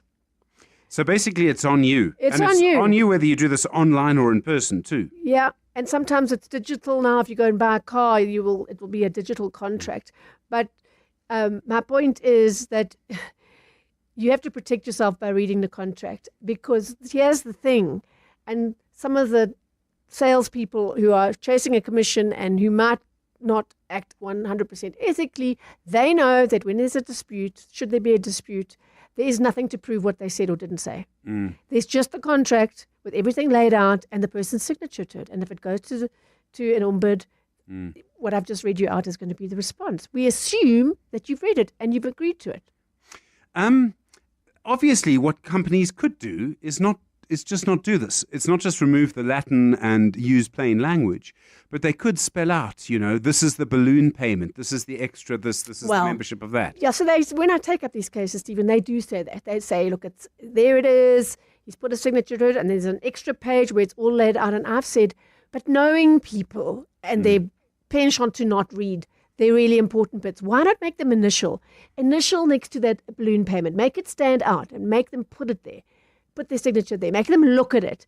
With if it's a step payment, it's going to go up next year or the year after your car installment. Make them sign there. And in the case that I took up recently with TFG, all these extras, this guy said no one mentioned them, and I didn't read it, but my attention wasn't drawn to it in the contract. I'm saying you must acknowledge that people do this, that don't protect themselves. So if you want to act ethically, make them sign, okay, you're agreeing to 3 club memberships and an extra funeral policy and this, and make them sign. And I mean, and in the case of someone taking out a gym contract, where I often get this, the salesperson said it was, it was going to be this, but actually it is a contract for a year and blah, blah, blah. So why don't you make them, we've got technology, it's so cheap and easy. Why don't you make it compulsory, mandatory, that those sales interactions face-to-face need to be recorded? But it's always a no. There's always it's a no. Too complicated. It'll stop us making money, basically, is the answer. Or whatever. And I'm a bit fed up with that. So, I mean, in some cases, I mean, you want to buy, I don't know, sneakers or something. Yes. Someone offers you a discount. Yes. But the discount has a sting in the tail. It does. And this is what happened. This Cedric of Mitchell's Plain in Cape Town, he went to the sneaker factory in his local mall, which is part of the TFG, to buy a pair of New Balance trainers, 1,400 Rand. He had the cash, he was going to do it. And the salesperson said to me, actually, you can get a 140 Rand discount on those sneakers if you open a TFG account. And he thought that sounded like a great deal. So there was a verification call. It was made, and then it took a long time. So, I mean, maybe he was in a hurry. And then the woman in the store said, just sign here. And so he did, and he walked out with his card, and having opened the account. And later, and he paid for that one with a discount, whatever it was, minus the discount. And then a few days later, he went online to check that his payment had reflected, and he saw there was a 197 Rand balance rather. And he was like, what? I've paid for them. And then he was told, no, that's funeral insurance and magazine subscriptions. From sneaker to a funeral insurance. Exactly. And who reads a magazine, I'm sorry to say? Well, he was signed up to 3 different club memberships, Stephen, and a funeral thing, and it added up to 257 Rand 50 a month that he'd be paying before he made a single purchase, right? And TFG, when I created, obviously said, we've spoken to the salespeople, everything was explained, and because he said those yeses and nos, because there were lots of things that had no's to them, but the things that had the Y for yes, he agreed to all of that, and he's going, why would I need 3 club memberships with overlapping benefits like magazines and airtime and 257 Rand. Anyway, it's all done and sorted, and those are cancelled. He's got the account, but without the extras. Well, there's a compulsory, I think, a credit life thing, but it's and all the cases I've taken up, and I'm talking about it because I had a rash. They've all said, but I didn't read the contract. Correct. So what happens on the phone? So if it's on the internet, Yeah. and we all do this, whether it's for the iCult phone, Yeah. and they give you new terms and conditions, you just click yes because you want to move to the next thing. Yeah. It's the same on Android. But when it's over the phone, it's different. What happens then? Okay, so they have to record the conversation, because the recording of that conversation is the mandate. It takes the place of the contract you sign, the physical piece of paper or the digital in person, right? So you would think that the Consumer Protection Act says when you sign a contract in person, the company has to give you a copy. Makes sense. You wouldn't want to walk away without one.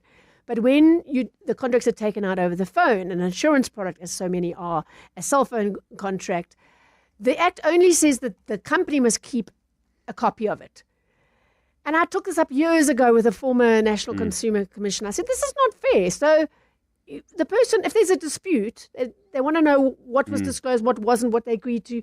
They can't get a copy. They've got to beg and plead to the company to give them a copy. And they said, the commissioner said, look, it's not on the Act, but the company must give them access. And then we have this ridiculous thing, come into the bank and listen, like a little child. Come into the branch of the of MTN or Vodacom or whatever. This is nonsense. So I would love to see that Act, that's 14 years old now, amended in this. I think it was an oversight to say, why? It's easy for technology. There's a 5-day cooling off period if they phone you and you direct marketing and you say yes.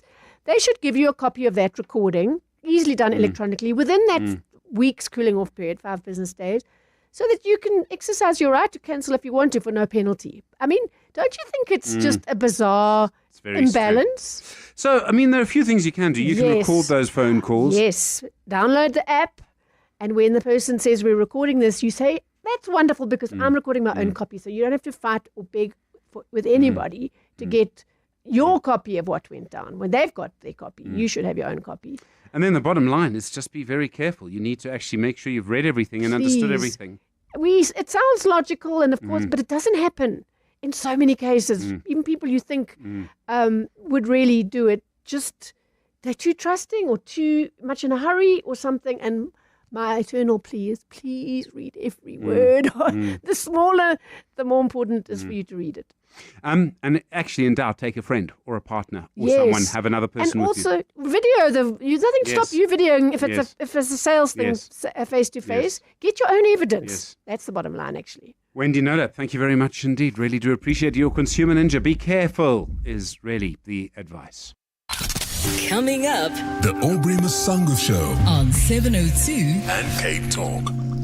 Aubrey, we're running a little late tonight. What's coming up this evening? Good evening to you, Steve. Dr. Frank Magwegwe, as always, joins me in the first hour, and we're going to be continuing with our conversation around mental wellness and finance. But this is going to be an interesting one. Professor Lerotori Leo, the head of Department of Physics at the Faculty of Natural and Agricultural Sciences at the University of Pretoria, joins me in the second hour of the show. You might have seen on social media, people are talking about comets that might be coming to crash into... He's a great guy. He worked at the Jet Propulsion Laboratory in the States. That's right. So he's coming to talk to me about those conversations around comets that might hit the Earth in the not so distant future. Sam Willing Sam Willing High is joining me. Sam Willing is joining me to talk about high performance leadership, and he's a coach and a strategic cultural consultant. High performance in businesses. Straight after that conversation. And then the open line in the final hour. Aubrey Masango, thanks very much. It's just after 7:30. Marky, good evening. The latest on the UIF. That's right. Government has tightened internal controls within the Unemployment Insurance Fund following payment delays to education and general school assistance. It says this is in a bid to prevent future administrative setbacks and to uphold the integrity of public funds. More than 100,000 candidates of the fifth phase of the Basic Employment Initiative did not receive their September stipends on time. The department only started rolling out payments from this morning after it resolved verification issues. Thando Luhlengcobo has more. Employment and Labour Deputy Minister Joe Mosibia has emphasized that the strengthened processes are not meant to slow down service delivery, but to safeguard every rand of taxpayers' money and uphold good governance principles. The ministers say the Basic Education Employment Initiative will now feature as a standing item in senior management and interdepartmental meetings at both provincial and national levels to improve coordination. Basic Education Minister Siviwe Gwarube has also confirmed that consequence management will follow in cases where negligence or failure to act on time is identified. Government maintains these measures are aimed at ensuring responsible and people-centered governance. Thandol Hlengobo, Eyewitness News. In KwaZulu-Natal, the ANC Youth League wants the party to withdraw from the Provincial Government of Unity Coalition arrangement. Youth League leaders briefed the media at the ANC provincial offices in Durban today. They accused the DA and the IFP of sabotaging departments which are headed by ANC leaders. Nhlanhla Mabaso has more. In June last year, the IFP, ANC, DA and NFP formed a coalition to run government in KwaZulu-Natal as no party had an outright majority. But a year later, the ANC Youth League says the arrangement is no longer working out for the ANC. The ANC Youth League believes the DA-led finance department is playing politics after it placed the ANC-led Department of Education under financial administration. Youth League Provincial Chairperson Ntokozo Ngcobo. We feel the GPU arrangement only suits the IFP and also the DA. Ngcobo also accuses the IFP-led Cooperative Governance and Traditional Affairs Department of targeting ANC-led municipalities. Of which the leadership of the IFP have never said anything about the attitude of its MEC, which is Thula Sizwe. The IFP Youth Brigade in KZN says it is yet to respond to the claims made about the party leader. Nhlanhla Mabaso, Eyewitness News, Durban. And it's a race against time for 1 million motorists whose license discs expire at the end of October. The Road Traffic Management Corporation is calling on motorists to ensure that their vehicles are roadworthy before travelling. As the country observes National Transport Month this October, the corporation is focusing on raising awareness about the importance of transport in the economy. The festive period usually sees an increase in road accidents and reckless driving, and to mitigate this, the organisation is encouraging vehicle owners to use their NATIS online renewal platform to conveniently renew their license discs. RTMC's Simon Zwane says since the platform's launch in 2022, 5 million vehicles have been renewed. With the festive season fast approaching, the RTMC is advising motorists to make arrangements to renew their vehicle license discs before it is too late. More than 1 million vehicle discs will be expiring in October and will be required to be renewed at the end of the month. A look at your weather. A partly cloudy Thursday with scattered afternoon showers expected tomorrow. Temperatures will drop to overnight lows between 9 and 11 degrees and peak at highs between 28 and 31 degrees. Clear skies for Cape Town with fresh southerly winds at a low of 14 and a high of 30 degrees. The top story in Eyewitness News, government has tightened internal controls within the Unemployment Insurance Fund following payment delays to education and general school assistance. I think the family needs a break. We've always wanted a holiday home. Maybe we should see what's out there. Imagine waking up to an ocean view in a beautiful villa. With a big braai area and a spare room for when family visits. If it's on your mind, it's on ours. Partner with a wealth banker will connect you to a home loan with up to prime minus 1.5%. See money differently. Nedbank Private Wealth. We're a licensed FSP and registered credit provider. T's and C's apply. Why wait? Sell your ride now and enjoy instant payment with a seamless experience. We Buy Cars isn't playing when it comes to buying cars. It's faster and easier than you think. Curious about what they'll offer? Visit webuycars.co.za today. Looking for your next ride? Explore a massive range of cars, bikes, boats, buggies, and more online or in-store.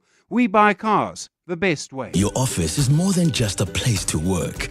It's a reflection of your success. At Desk and Chair, we help you elevate your workspace with locally manufactured desks and a wide range of chairs to suit your style and budget. Our expert consultants are with you every step of the way, from planning to delivery and assembly. Visit our showroom in Midrand or shop online at deskandchair.co.za. Desk and Chair. Think, feel, work better. Medical care, like music, needs continuity. A steady rhythm and pattern. Patients attended to on time. Medication taken as prescribed. Cut the rhythm and it falls apart. Right now, global funding cuts are restricting access to healthcare. With your support, Doctors Without Borders can continue to provide medical care to communities worldwide. Because medicine, like music, only works when uninterrupted. Doctors Without Borders, we go there.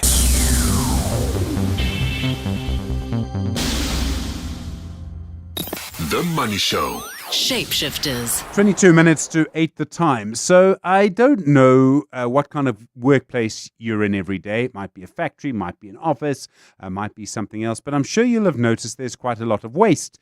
Someone needs to you need to put your coffee cup somewhere. You need to put your papers somewhere. You need to do this. You need to do that. And there's actually a market for people who manage that for companies. And one of the companies that's done very well in this is called BioCure. And the person who's really helped to create the business, one of the co-founders, is Nolene Samuels. She's now the owner of BioCure, but she helped to found it as well. Nolene, good evening, and thanks so much for putting some time aside to speak to us as our shapeshifter tonight. Hi, Stephen. Good evening. It's really great chatting to you today. Starting a business in South Africa is a tough thing to do.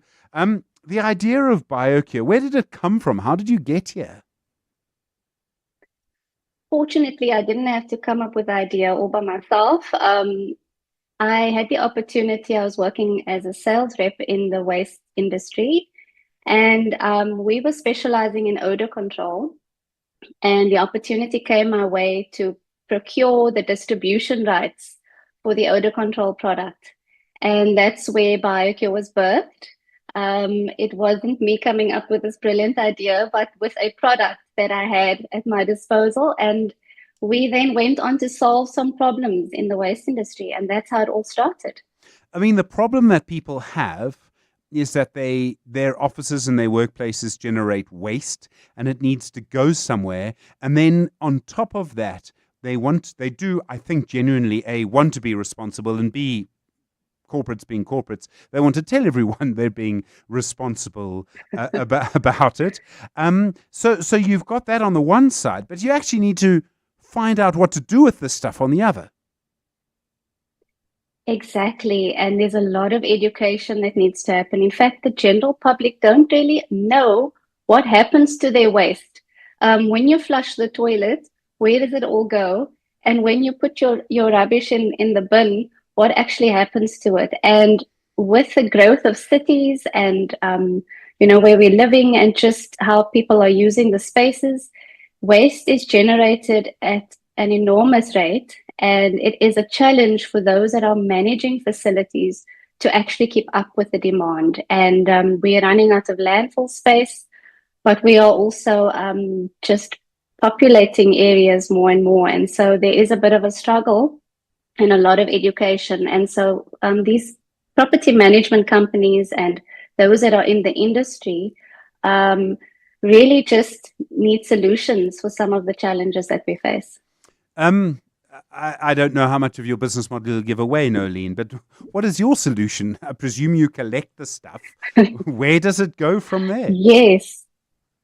We collect one element. We actually specialize in liquid waste management. But what we actually prefer to do is to partner with other waste companies, but also mostly with facility management. They are the ones running these buildings, having to navigate tenants, the public, as well as stakeholders that don't want to spend too much money on waste, as you can imagine, and also do the right thing and the sustainable thing. So we partner with different companies and we come up with solutions for them. And we don't actually do the waste management side of it, but we do partner with waste management companies. And we actually do the odor control side of it mostly to take away offensive odors, and we treat the air with green products.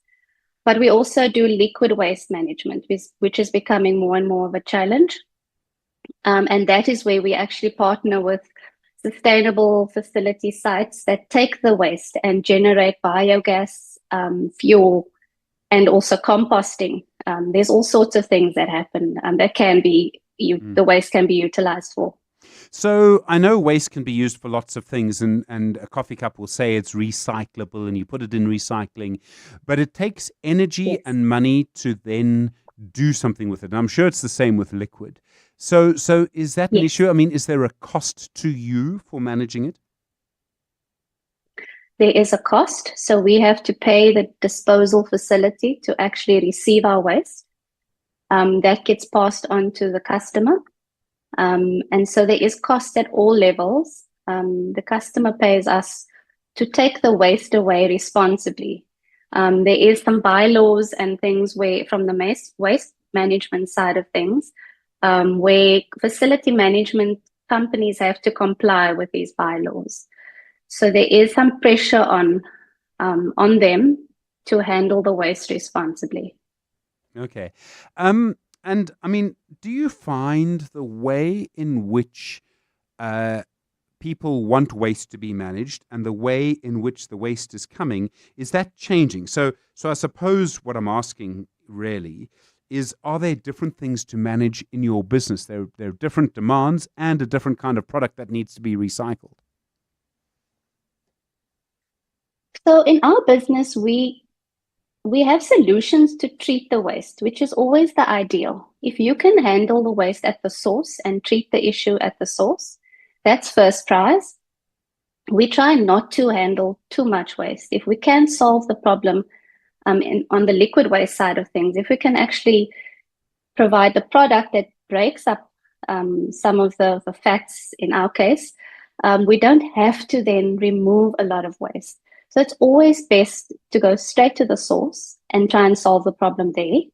But there's always many things or many components to this challenge, because there are different points along the way that has to be managed, from legislation to your customer having certain requirements, all the way down through to the waste disposal facility that has to accept your waste. So there are many people that you need to many areas that you need to navigate at any given time. And then you've got the labor force that has to actually carry out the services, vehicles that have to be maintained. Yeah, there's all sorts of things that have to happen. All right, Nolene, you didn't just magically arrive one day and become the owner of BioCure. LinkedIn, which is a social media service that still seems to be surviving. LinkedIn, you say on LinkedIn, in fact, your first job was at a video store quite a long time ago. I mean, video stores, I think, gave a lot of people their first job.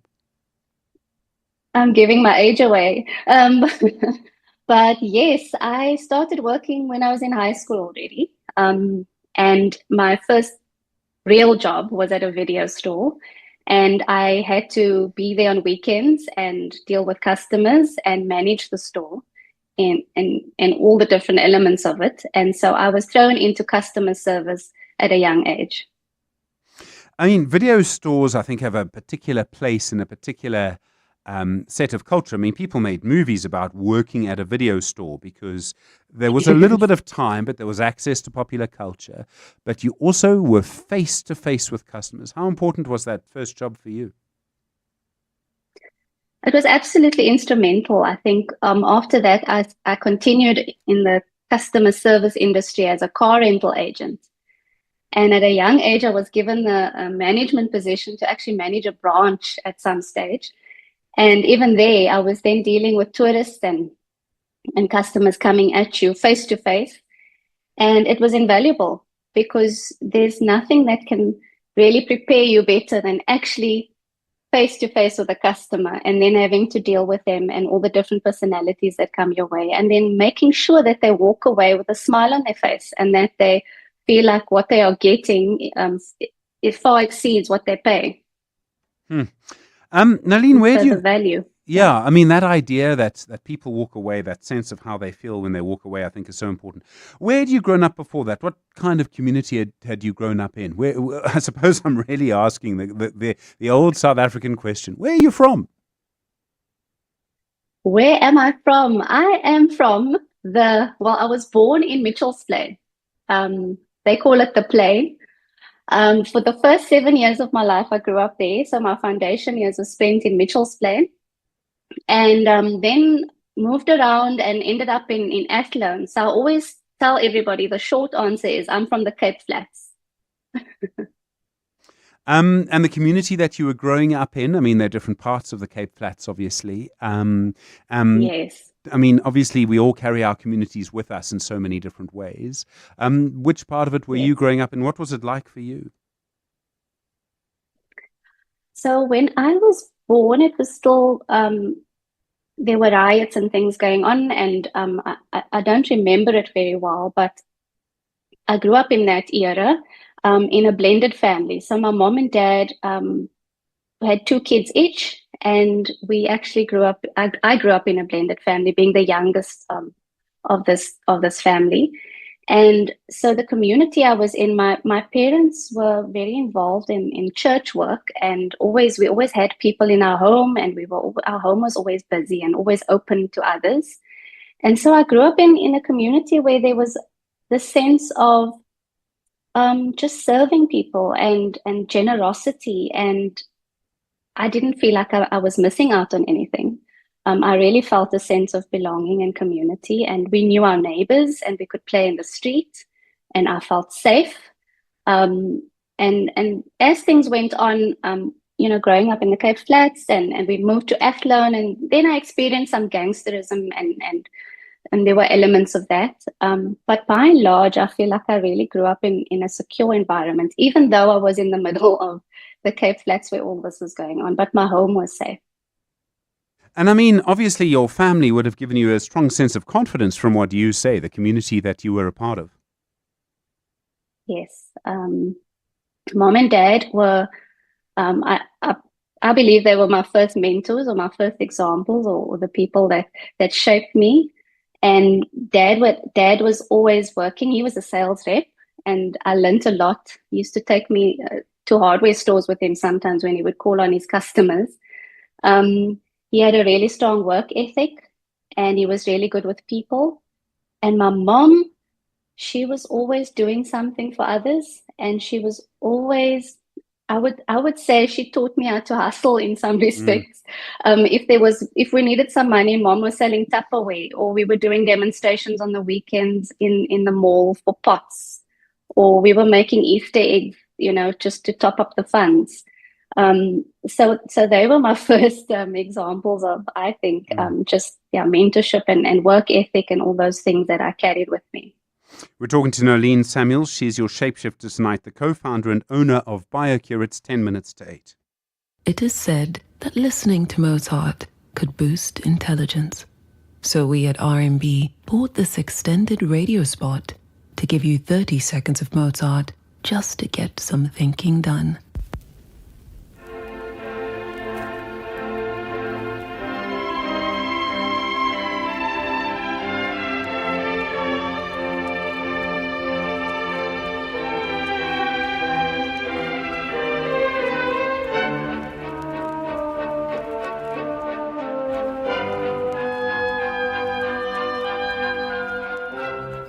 That was nice, huh? Just some time to think. Well, that is precisely what we do at RMB. Invest in the time to think of smarter solutions for our clients. RMB. Solutionists love company. RMB is a division of First Rand Bank Limited, an authorized FSP and registered credit provider. In a world where a lot can change in 6 years, you can rest assured knowing that Hino's 6-year drivetrain warranty won't. All Hino trucks now come standard with a 6-year drivetrain warranty, protecting your investment all the way from pistons to gears. Built to keep your business moving, supporting uptime, growth and daily operations, because although a lot can change in 6 years, their warranty promise won't. T's and C's apply. Hino, all the way. It's spring, SA, and here at DecoFern, we say it's time to say yes. Say yes to new friends. Yes to new adventures. Will you marry me? Yes! And definitely say yes to a few new things. Welcome to DecoFern. Say yes to awesome savings at the DecoFern Furniture Spring Sale, with up to 35% off on outdoor furniture and much more. In store now or at decofernsa.co.za. The Money Show with Stephen Grootes is brought to you by Absa Corporate and Investment Banking. Absa is a proud lead sponsor of B20 South Africa 2025. The Money Show. Shapeshifters. Nolene Samuels is the co-founder and owner of BioCure and your shapeshifter this evening. And Nolene, you were telling us about your family, the impact your parents had on you. Was running your own business something you were thinking of while you were growing up? Or was it, I mean, most of us have careers that are really the result of lots of different decisions we made because we thought at the time it was the right thing to do. I mean, would you describe it like that? Or was there ever a vision in your head of, actually, I want to be in charge? For myself, I think I had access to leadership roles even in high school. So early on, I took a chance on myself and stepped up for leadership roles, which I think kind of started me on this path of really just, taking a leap of faith every time. And I think I'm a product of lots of people that were willing to take a chance on me. And through the process, I wouldn't say I always dreamt of it because I didn't really have that growing up in my world. There weren't many entrepreneurs to look up to or even business owners from where I come from. You were told to go into a career and stay there for 30 years and get your long service award and hopefully you can retire. And that was kind of what was spec'd. So there wasn't this growing up like this dream. But I do remember very clearly when I was working at the car rental company, and I made a joke one day, and I said, I'm actually going to have my own business one day. And it was more birthed out of a desire to earn my own salary. I was selling, and I knew that people were buying what I was selling, and I wanted to control that. And so that was really what I thought entrepreneurship or just owning a business would afford me. Is I can then earn what I really want to earn. And that is when the journey or the idea for me started forming. It does come with, I mean, you're the boss now, you're the owner now, but it comes with responsibility. And one of the things I've always thought must be such a big responsibility is employing people, because suddenly you're responsible for them and you're responsible for their families in quite an important way. Absolutely. And I always joke and I say, I don't think people realize the level of responsibility you start feeling, the more people you start employing. There are many families and where we find ourselves in South Africa, it's not just one or two people that's being supported with the salaries they're earning. It's multiples of people. And with our unemployment rate, it's staggering. So that level of responsibility is huge. And therein also lies the opportunity. Because as entrepreneurs, you get to do that. You get to provide opportunities for people to really change their lives. And the dignity of work is something underestimated that people don't really speak about a lot anymore. And being able to do that that's one of the gifts I feel like being an entrepreneur gives you, to see that. But then at the end of the day, there is the responsibility. So you have to make sure that the business is profitable and that you are building a sustainable business that can continue to work and provide an income for all the people that you employ. I mean, it's a heavy weight in so many ways. Nolene, with all of this, I mean, all of the things you've been doing, do you get to have any fun? Do you get to sort of actually do anything just for fun? Because, I mean, do you get to do any, I don't know, exercise? I mean, do you climb mountains? I don't know. I have to keep sane. I have to move. Unfortunately, I live close to the mountain now. So that is my favorite thing to do, is to take walks in the mountain. And I also enjoy my family. I'm a family girl at heart. So any opportunity I get to spend with my kids and my husband and us just doing things together, those are the things that I find fulfillment in. And they keep me busy as it is. But I do have an adventurous side to me. So if there's an opportunity to go and try something or do something new, I will grab it. So that's how I keep myself energized. Yeah, I mean, I can hear that you're not afraid to take a risk. I mean, I think your career shows that. Is there an element of risk taking that maybe you have, do you think? I mean, have you ever thought of it like that? Yes, I always thought I wasn't a risk taker, but the more and more I think about it, I have a different view. I don't call it risk. I call it try and see. And it's kind of underpinning how I conduct myself. So I have this philosophy: if I don't try, I won't know. And if it was the wrong decision, I will learn from it. So that's kind of how I operate. I will try something. I do take calculated risk, and I am a thinker. I do overthink sometimes, but generally, when it's made sense in my head, I will do it, and then I will try and see. And if it didn't work, I've learned the lesson. Yeah, no, that's so interesting. From what you have been saying and from the way I've been sort of hearing you, Nolene, it seems like you still really enjoy what you're doing. I do. I love business, and I love the solutions that we get to create. And I also enjoy what business can do in the lives of others. And so it's more than a job for me. It's more than just the money you earn, or it's all encompassing. I think I'm enjoying it because I found what I enjoy doing. And so it doesn't feel like work. And even sometimes when it feels the weight of responsibility is there, because I am enjoying it makes it a little bit easier. But it is challenging, I'm not going to lie. No, of there course. are moments I go, yes. yeah, but at the end of the day, I really do love what I do. No, of course. Nolene, thank you. I've really enjoyed talking to you. Nolene Samuels is the co-founder and owner of BioCure, a very interesting story and a very important one in many different ways as well. Nolene is your shapeshifter on The Money Show tonight. The Money Show with Stephen Grootes is brought to you by ABSA Corporate and Investment Banking.